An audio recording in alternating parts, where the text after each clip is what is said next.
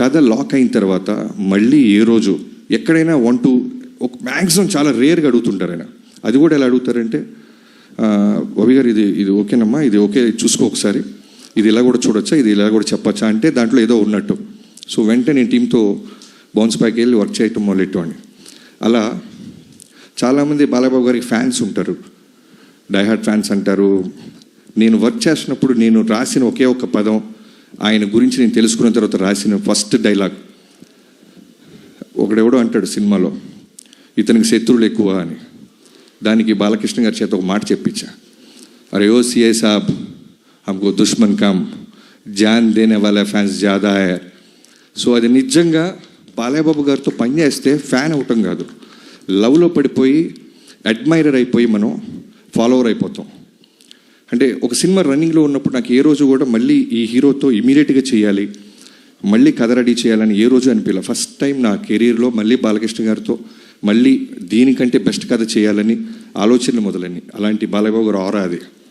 ఎంత ఫ్రీడమ్ ఇస్తారంటే ఇవాళ రోజున డాకు మహారాజ్ గురించి అందరూ పొగుడుతున్నా, విజువల్స్ బాగున్నాయి, యాక్షన్ బాగుంది, అన్నీ బాగున్నాయి అంటున్నా. దానికి కారణం ఆయన ఇచ్చిన ఫ్రీడమ్.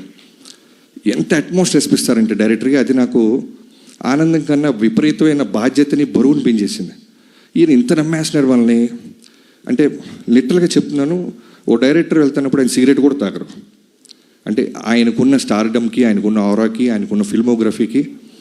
నాకు 6వ సినిమా నేను దాక్కుని వెళ్ళాల్సి వచ్చేది. ఆయన నన్ను చూసి సిగరెట్ పడేస్తారు, వెంటనే లెగ్స్ మాట్లాడతారు, డైరెక్టర్ గారు వస్తున్నారు సైలెంట్గా ఉండండి అంటారు. ఇలాంటి ఒక సూపర్ స్టార్డమ్ ఉన్న హీరో ఎందుకు గాడ్ ఆఫ్ మాసెస్ అయ్యారు, ఇవన్నీ నేను దృష్టిలో పెట్టుకొని ఏదో ఒక విధంగా ఇంత ఫ్రీడమ్ ఇస్తున్నారే, ఇంత గాడ్ ఆఫ్ మాసెస్ హీరో నా చేతిలో ఉన్నారు కదా, మనం బెస్ట్ ఇవ్వాలి అని ఇప్పటిదాకా నేను గర్వంగా చెప్తున్నాను.